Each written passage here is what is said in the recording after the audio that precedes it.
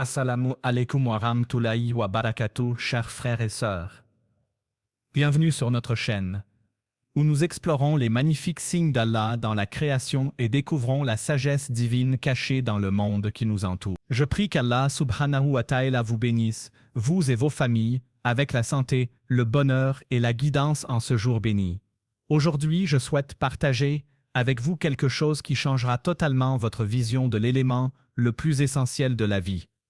Avant de commencer ce voyage incroyable ensemble, je vous demande humblement de prendre un moment pour aimer cette vidéo si elle vous est bénéfique, de la partager avec d'autres qui pourraient en avoir besoin et de vous abonner à notre chaîne avec la cloche de notification activée afin que vous ne manquiez jamais nos dernières découvertes sur la magnifique création d'Allah. Et si je vous disais que chaque goutte d'eau autour de vous en ce moment parle un langage plus vieux que la civilisation humaine? Et si chaque molécule de H2O portait en elle des secrets qui pourraient révolutionner notre compréhension de la vie, de la conscience et de la création divine elle-même? Regardez autour de vous. L'eau dans votre verre, celle qui coule dans vos veines, celle qui tombe comme pluie à l'extérieur de votre fenêtre, tout cela est connecté de manière à vous faire remettre en question tout ce que vous pensiez savoir sur la réalité. Les scientifiques estiment qu'une seule goutte d'eau a traversé des nuages, des océans, des rivières et d'innombrables êtres vivants pendant des millions d'années. Mais voici ce qu'ils commencent tout juste à découvrir, l'eau ne se contente pas de soutenir la vie.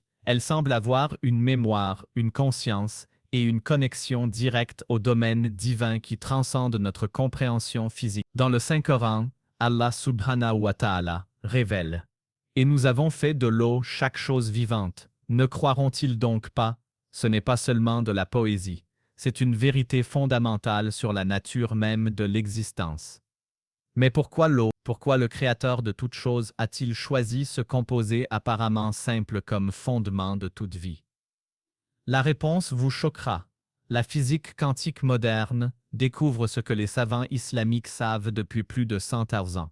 L'eau n'est pas simplement une substance passive, elle est un participant actif dans le tissu même de la création, capable de stocker de l'information, de répondre à l'intention et de servir de pont entre les mondes visibles et invisibles. Mais avant de plonger dans ces découvertes stupéfiantes, permettez-moi de vous emmener dans un voyage qui commence au tout premier moment où l'eau est apparue dans notre univers. Imaginez l'univers primitif, juste après le Big Bang. Dans le fourreau cosmique violent des étoiles mourantes, des atomes d'hydrogène et d'oxygène dansaient ensemble dans l'espace, guidés par des forces que nous commençons seulement à comprendre. Mais voici ce qui est fascinant, la formation de l'eau n'était pas aléatoire. Les conditions précises, nécessaires à l'existence de H2O, sont tellement spécifiques que les scientifiques parlent d'ajustement fin de l'univers. La température devait être exacte, la pression devait être parfaite. Les forces électromagnétiques devaient s'aligner de manière telle que, si elles changeaient, ne serait-ce que d'un infime pourcentage, l'eau, et donc la vie, seraient impossibles. Ce n'était pas une coïncidence cosmique, c'était une programmation cosmique. La cosmologie islamique nous enseigne que, avant qu'Allah ne crée les cieux et la terre, son trône était au-dessus des eaux. Réfléchissez à cela un moment. Avant la matière, avant le temps, avant l'espace lui-même, il y avait pas de l'eau physique, telle que nous la connaissons, mais l'essence primordiale, à partir de laquelle toute création allait naître. Cette eau divine, existant dans des royaumes au-delà de notre compréhension, devint le modèle pour chaque goutte qui existera dans notre univers. Et en chaque molécule, Allah a implanté quelque chose d'extraordinaire, la capacité de se souvenir, de répondre et de porter des bénédictions divines à travers le temps et l'espace. Le Dr Jacques Benveniste, un immunologiste français, est tombé sur quelque chose qui allait changer notre compréhension de l'eau pour toujours. Dans son laboratoire, il découvrit que l'eau pouvait se souvenir des substances qui y avaient été dissoutes, même après que ces substances aient été complètement éliminées par des dilutions répétées. La communauté scientifique rejeta d'abord ces découvertes. Comment l'eau pourrait-elle avoir une mémoire? Comment les molécules de H2O pouvaient-elles stocker de l'information? Mais ensuite, quelque chose de remarquable se produisit. Le docteur Luc Montagnier, lauréat du prix Nobel qui a découvert le VIH, a non seulement confirmé le travail de Benveniste, mais l'a poussé plus loin. Il a découvert que les séquences d'ADN pouvaient être transmises à travers l'eau en utilisant des fréquences électromagnétiques. L'eau, a-t-il découvert, agissait comme un Internet biologique, stockant et transmettant des informations génétiques à travers l'espace. Mais voici où cela devient vraiment incroyable. Lorsque les chercheurs ont commencé à tester la réponse de l'eau à la conscience humaine, ils ont découvert quelque chose que la tradition islamique enseigne depuis des siècles. L'eau répond à l'intention, à la prière et à l'énergie spirituelle d'une manière qui défie la physique conventionnelle. La recherche révolutionnaire du docteur Masaru Emoto a montré que les cristaux d'eau forment des motifs différents en fonction des pensées, des mots et des émotions dirigées vers eux. Lorsque des chercheurs récitaient des versets coraniques sur l'eau, les cristaux résultants n'étaient pas seulement beaux, ils étaient géométriquement parfaits, affichant des motifs qui semblaient encoder l'essence même de l'harmonie divine. Ce n'est pas une simple coïncidence, c'est une révélation à travers l'investigation. Mais parmi toutes les eaux sur Terre, aucune ne cache plus de mystère que celle de Zamzam. Depuis plus de 4000 ans, ce puits sacré produit de l'eau au cœur du désert arabe, défiant toutes les lois de la géologie et de l'hydrologie connues de la science. Voici les faits qui vous laisseront sans voix. Le puits produit plus de 11 litres d'eau par seconde, bien qu'il soit situé dans l'une des régions les plus sèches de la Terre. Les études géologiques ne peuvent pas localiser la source de l'eau. Le niveau de l'eau ne baisse jamais, quelle que soit la demande. Pendant la saison du Hajj, lorsque des millions de pèlerins visitent, le puits produit encore plus d'eau, pas moins. Mais le véritable miracle n'est pas seulement le flux continu, c'est la composition de l'eau. L'analyse indépendante en laboratoire révèle que l'eau de Zamzam possède un profil minéral unique, différent de toute autre source d'eau sur Terre. Elle a des concentrations plus élevées de calcium, de magnésium et de fluorure dans des proportions parfaites pour la santé humaine. L'eau est naturellement alcaline avec un pH qui reste constant, quel que soit l'état de stockage. Ce qui est le plus incroyable, c'est que l'eau de Zamzam ne montre aucune croissance bactérienne. Jamais. Les scientifiques ont stocké des échantillons pendant des années sans aucune forme de purification, et l'eau est restée pure. C'est scientifiquement impossible selon la microbiologie conventionnelle. Le Dr Yahya Kochak de l'université King Saud a mené des recherches approfondies sur les propriétés de Zamzam.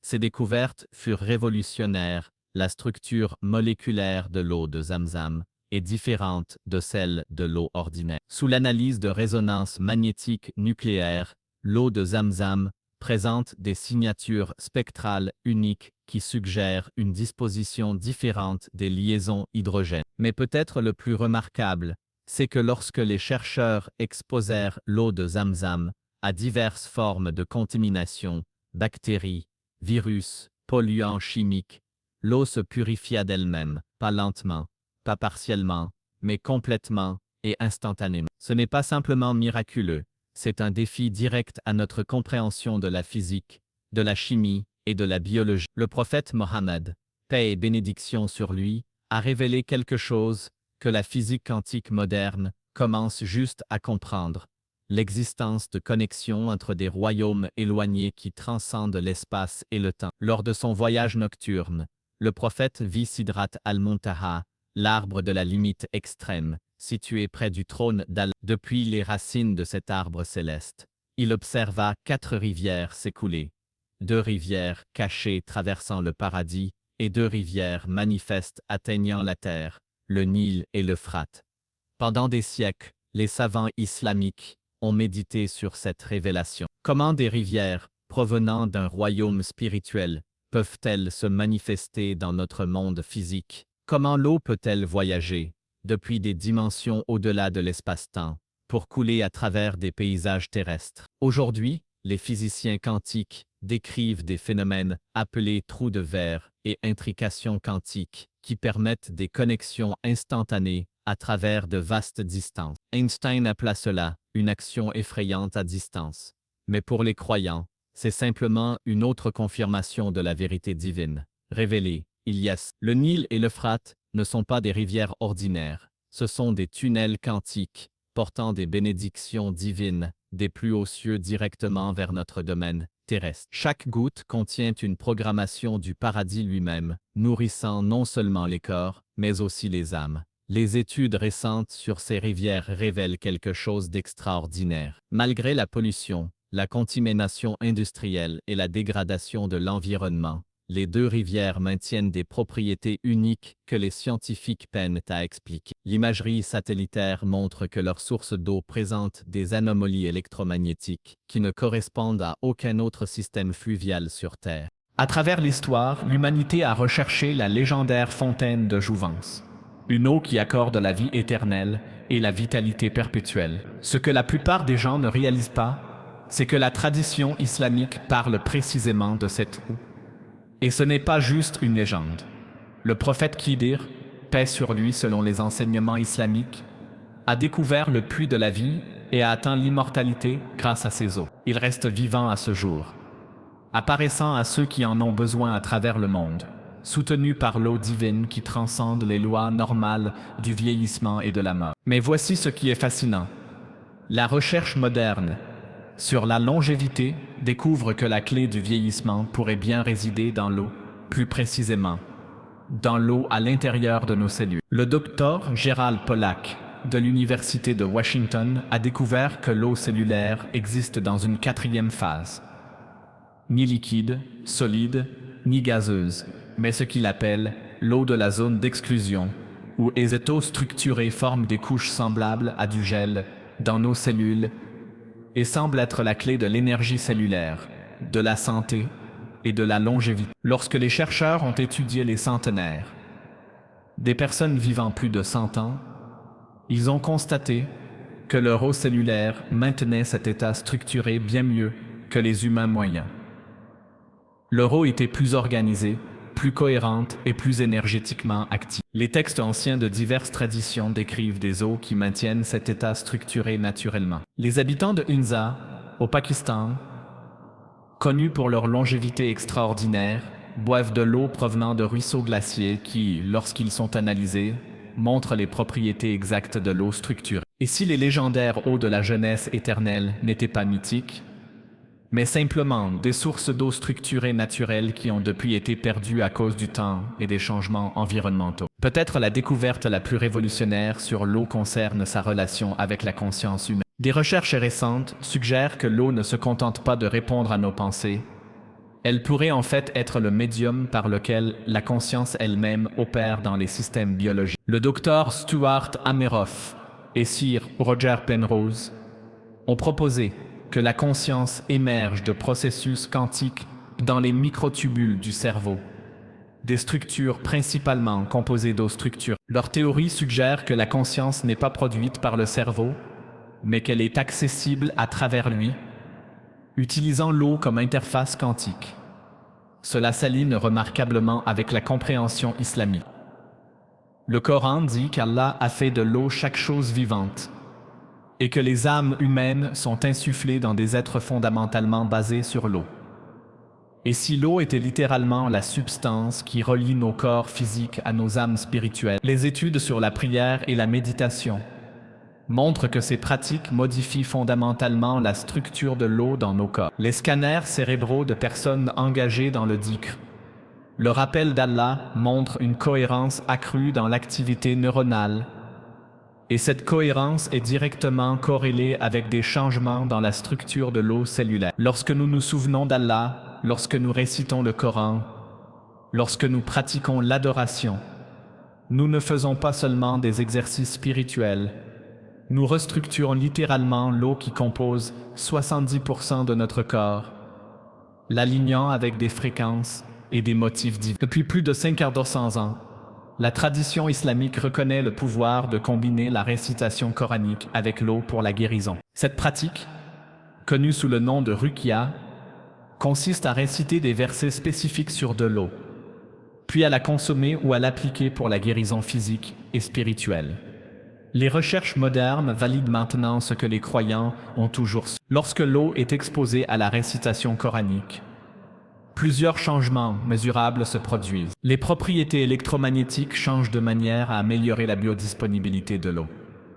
Les contaminants bactériens et viraux sont neutralisés sans aucun traitement chimique. Le docteur Med Shaki de l'Université du Caire a mené des études contrôlées comparant l'eau traitée par récitation coranique à des échantillons témoins non traités. Les résultats furent remarquables. Les patients ayant consommé de l'eau de Ruqya ont montré des taux de guérison accélérés, une fonction immunitaire améliorée et un bien-être psychologique renforcé par rapport au groupe témoin.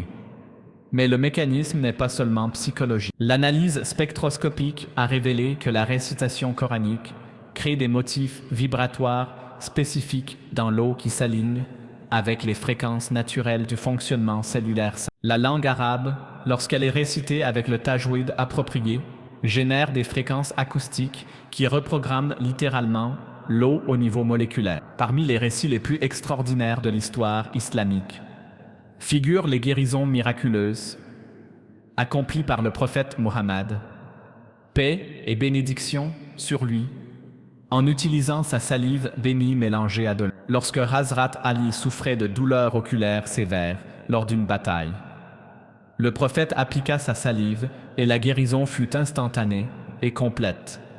La recherche médicale moderne révèle à quel point cela a été remarquable. La salive contient plus de 1000 protéines différentes, dont beaucoup ont des propriétés de guérison. Mais la salive du prophète, selon la croyance islamique, portait des bénédictions divines qui transcendaient les limites biologiques normales. Le docteur Mohammed Al-Akiti, chercheur en médecine prophétique, a analysé les récits historiques de ces guérisons et a trouvé des motifs suggérant que la salive du prophète avait des propriétés différentes de celles de la salive humaine normale. La guérison n'était pas graduelle, mais instantanée, non partielle, mais complète, et non temporaire, mais permanente. Qu'est-ce qui rendait la salive du prophète si puissamment unique? Les érudits islamiques expliquent que son être tout entier, y compris ses fluides corporels, portait des bénédictions divines, baraka, qui pouvaient altérer la réalité physique. Lorsque cette salive bénie se mélangeait à de l'eau, elle créait un composé qui servait de canal direct pour l'énergie divine de guérison. Les scientifiques étudiant l'effet placebo ont découvert que la seule croyance pouvait déclencher des réponses de guérison mesurables. Mais les guérisons du prophète allaient bien au-delà des effets psychologiques. Elles impliquaient la régénération des tissus endommagés, la restauration des fonctions perdues et l'élimination des conditions chroniques de manière qui dépassait tout traitement médical connu ancien ou moderne. Dans la Surah Al-Kawthar, Allah promet au prophète Mohammed un fleuve au paradis, un like any water in existence. Ce n'est pas simplement métaphorique. Les érudits islamiques décrivent Al-Kawthar comme une eau qui incarne la perfection elle-même. Selon les traditions authentiques, Al-Kawthar possède des propriétés qui transcendent toute description physique etc. Son goût est plus sucré que le miel, son parfum plus beau que le musc, et sa fraîcheur plus rafraîchissante que tout ce qu'on peut imaginer. Une gorgée procure une satisfaction éternelle.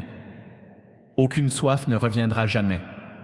L'eau ne nourrit pas seulement le corps, elle le transforme, éliminant toute imperfection et accordant jeunesse et vitalité éternelle. Mais peut-être ce qui est le plus remarquable, c'est que Al-Kawthar représente l'eau dans son état ultime, complètement aligné avec la volonté divine, exempte de toute contamination ou imperfection, servant de parfait médium pour les bénédictions divines. Le docteur Amina Wadoud, spécialiste de l'eschatologie islamique, suggère que Al-Kawthar représente ce que l'eau devient lorsqu'elle existe en parfaite harmonie avec l'intention divine. Pas seulement H2O, mais H2O élevé à son plus haut potentiel spirituel. Aujourd'hui, l'humanité fait face à une crise de l'eau sans précédent. Malgré le fait que l'eau couvre 70% de la surface de la Terre, moins de 1% de l'eau est accessible à la consommation humaine. La pollution, la surutilisation et le changement climatique menacent cette ressource essentielle. Mais la crise n'est pas seulement physique, elle est spirituelle. Nous avons oublié que l'eau est sacrée. Nous l'avons traitée comme une marchandise plutôt qu'une confiance divine. Nous l'avons polluée avec des produits chimiques, contaminée avec des déchets, et avons dépouillé de sa structure naturelle et de son énergie. Les recherches montrent que la plupart de l'eau municipale, bien que chimiquement sûre, est énergétiquement morte. La chloration, la fluoruration et le traitement éliminant non seulement les bactéries nuisibles, mais aussi les propriétés vibratoires naturelles de l'eau et son organisation moléculaire. Les cultures traditionnelles comprenaient cela. Elles bénissaient leur eau, priaient sur elle et maintenaient des rituels qui honoraient sa nature sacrée. Le traitement moderne de l'eau, tout en protégeant la santé publique, a accidentellement coupé notre connexion avec les dimensions spirituelles de l'eau. La réponse n'est pas seulement technologique, elle est spirituelle. Nous devons nous rappeler comment nous relier à l'eau comme nos ancêtres le faisaient, en reconnaissant sa conscience et en la traitant avec la révérence qui lui revient. Voici des pratiques basées sur la tradition islamique et la recherche moderne. Bénédiction quotidienne de l'eau. Avant de boire, récitez Bismillah, au nom d'Allah, et exprimer de la gratitude. La recherche montre que cette simple pratique améliore mesurablement les propriétés énergétiques de l'eau. Traitement de l'eau avec le Coran. Récitez des versets comme Ayat al-Kursi, al-Fatiha ou les 3 derniers chapitres du Coran sur votre eau potable. Les études confirment que cela crée des changements structurels positifs. Consommation consciente. Buvez de l'eau en étant assis, sirotez lentement et maintenez la conscience de sa nature sacrée. Le prophète Mohammed nous a enseigné à ne jamais gaspiller de l'eau, même lors de l'ablution près d'une rivière qui coule. Source naturelle, lorsque c'est possible, choisissez de l'eau de source ou des sources d'eau naturellement structurées. Évitez l'eau fortement traitée qui a perdu ses motifs énergétiques naturels. Pratique de gratitude. Remerciez Allah pour chaque goutte, en vous rappelant que l'accès à de l'eau propre est une bénédiction refusée à des milliards de personnes dans le monde, alors que nous avançons dans le 21e siècle. Les recherches sur l'eau révèlent des vérités qui s'alignent remarquablement avec les enseignements islamiques révélés. Les scientifiques découvrent la mémoire de l'eau, sa conscience et son rôle en tant que pont entre les royaumes physiques et spirituels. De nouvelles technologies sont en cours de développement pour restaurer la structure et l'énergie naturelle de l'eau. Des appareils utilisant des fréquences spécifiques, des champs magnétiques et des motifs vibratoires pour restructurer l'eau montrent des résultats prometteurs pour améliorer les résultats de santé et les rendements agricoles. Mais les développements les plus passionnants se produisent à l'intersection de la physique quantique et de la pratique spirituelle. Les chercheurs commencent à comprendre comment l'intention, la prière et la conscience peuvent directement influencer les propriétés de l'eau à travers les effets des champs quantiques. Chaque goutte d'eau qui passe à travers votre corps porte en elle le potentiel de transformation tant pour vous que pour le monde. En traitant l'eau comme sacrée, en la bénissant par la récitation coranique, en la consommant avec gratitude et conscience, vous ne nourrissez pas seulement votre corps, vous participez à un éveil mondial de la véritable nature de l'eau. Souvenez-vous, vous êtes composé, chaque cellule de votre corps est entourée d'eau. Votre sang, votre lymphe, votre liquide céphalorachidien, tout cela sont des systèmes à base d'eau qui répondent à votre état spirituel. Lorsque vous alignez votre conscience avec la guidance divine, vous restructurez littéralement l'eau en vous, créant une harmonie interne qui rayonne vers l'extérieur et influence l'eau autour. Ce n'est pas seulement un composé chimique ou une nécessité biologique. L'eau est la première création d'Allah, le fondement de toute vie, et le médium à travers lequel les bénédictions divines coulent dans notre royaume physique. À chaque fois que vous effectuez le voodoo, vous ne vous contentez pas de nettoyer votre corps, vous vous connectez avec les eaux primordiales qui existaient avant la création. Chaque fois que vous buvez, vous incorporez des molécules qui ont été témoins de la naissance des étoiles, de la formation des planètes et de l'émergence de la vie elle-même. L'eau qui coule dans vos veines à cet instant même a voyagé à travers d'innombrables êtres, à travers des continents et des océans, à travers des nuages et des pluies, portant en elle les mémoires de la création elle-même. Elle vous connecte non seulement à toute la vie sur Terre, mais aussi aux eaux cosmiques qui existait avant que le temps ne commence. Alors que vous continuez votre journée, que vous buviez votre prochain verre d'eau, rappelez-vous ceci. Vous ne consommez pas simplement un liquide. Vous participez à une communion sacrée avec l'essence divine, qui rend toute vie possible. Vous vous connectez avec des eaux qui coulent directement du paradis, portant des bénédictions et des guérisons qui transcendent la compréhension physique. Chers frères et sœurs bien-aimés dans l'islam, alors que nous concluons ce voyage extraordinaire à travers les mystères divins de l'eau, je tiens à prendre un moment pour exprimer ma sincère gratitude à chacun d'entre vous pour nous avoir rejoints aujourd'hui. Si cette vidéo a ouvert votre cœur aux incroyables signes d'Allah dans la création, si elle vous a aidé à comprendre la nature miraculeuse de quelque chose d'aussi simple que l'eau que vous buvez chaque jour, alors j'ai une humble demande. Prenez juste 2 secondes maintenant pour appuyer sur le bouton « J'aime ». Votre j'aime nous montre que ce contenu profite à l'humain et nous encourage à continuer ce travail vital de révélation des signes d'Allah dans la création. Mais ne vous arrêtez pas là, mes chers frères et sœurs. Partagez cette vidéo avec votre famille, vos amis, vos collègues et toute personne qui pourrait bénéficier de la compréhension de ces vérités divines. Chaque partage pourrait être la raison pour laquelle quelqu'un découvre la nature miraculeuse de la création d'Allah et se rapproche de son Créateur. Imaginez la récompense qui vous attend si votre simple acte de partage mène même une personne à renforcer sa foi. Et si vous ne l'avez pas encore fait, abonnez-vous à notre chaîne et activez la cloche de notification. En vous abonnant, vous ne soutenez pas seulement notre travail. Vous rejoignez une communauté mondiale de croyants qui comprennent que la véritable connaissance vient de la combinaison de la sagesse du Coran et de la Sunna avec les découvertes de la science moderne. Vous devenez une partie d'une mission visant à montrer au monde que islam et science sont des partenaires parfaits pour révéler la vérité. Nous avons encore de nombreuses découvertes incroyables à partager avec vous. Des vidéos sur la nature miraculeuse du miel mentionnées dans le Coran, la précision scientifique de l'embryologie islamique, les propriétés curatives des graines noires dont le prophète parlait, et d'innombrables autres signes qui prouvent l'origine divine de notre belle foi. Votre abonnement nous aide à atteindre plus de personnes avec ces messages qui changent de vie.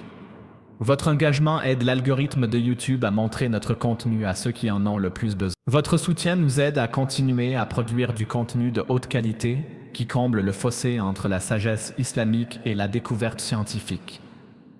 Rappelez-vous, l'eau que vous boirez après avoir regardé cette vidéo ne sera plus jamais la même. Vous comprenez maintenant sa conscience, sa mémoire, sa nature sacrée et sa connexion directe avec la bénédiction divine. Vous avez reçu une connaissance qui peut transformer non seulement votre santé physique, mais aussi votre relation spirituelle avec la création elle-même. Alors, s'il vous plaît, avant de continuer votre journée, prenez un moment pour aimer cette vidéo, la partager avec quelqu'un qui vous est cher et vous abonner pour rejoindre notre famille grandissante de chercheurs de vérité. Laissez un commentaire ci-dessous et dites-nous comment cette vidéo a-t-elle changé votre perspective sur l'eau. Quels autres signes d'Allah dans la création aimeriez-vous que nous explorions? Qu'Allah subhanahu wa ta'ala accepte cet humble effort comme un moyen de diffuser sa sagesse divine. Qu'il nous accorde à tous la conscience de voir ces signes dans chaque goutte d'eau, chaque souffle d'air et chaque moment de notre existence. Qu'il nous augmente dans la connaissance bénéfique et nous guide toujours vers ce qui lui plaît. Barakallah fikoum et merci d'être une part de ce voyage incroyable de découverte. Jusqu'à ce que nous nous retrouvions dans notre prochaine vidéo, qu'Allah vous protège, vous et vos proches, et qu'il vous accorde le succès dans cette vie et dans l'au-delà. Assalamu alaikum wa rahmatullahi wa barakatuh. Et Allah Seigneur.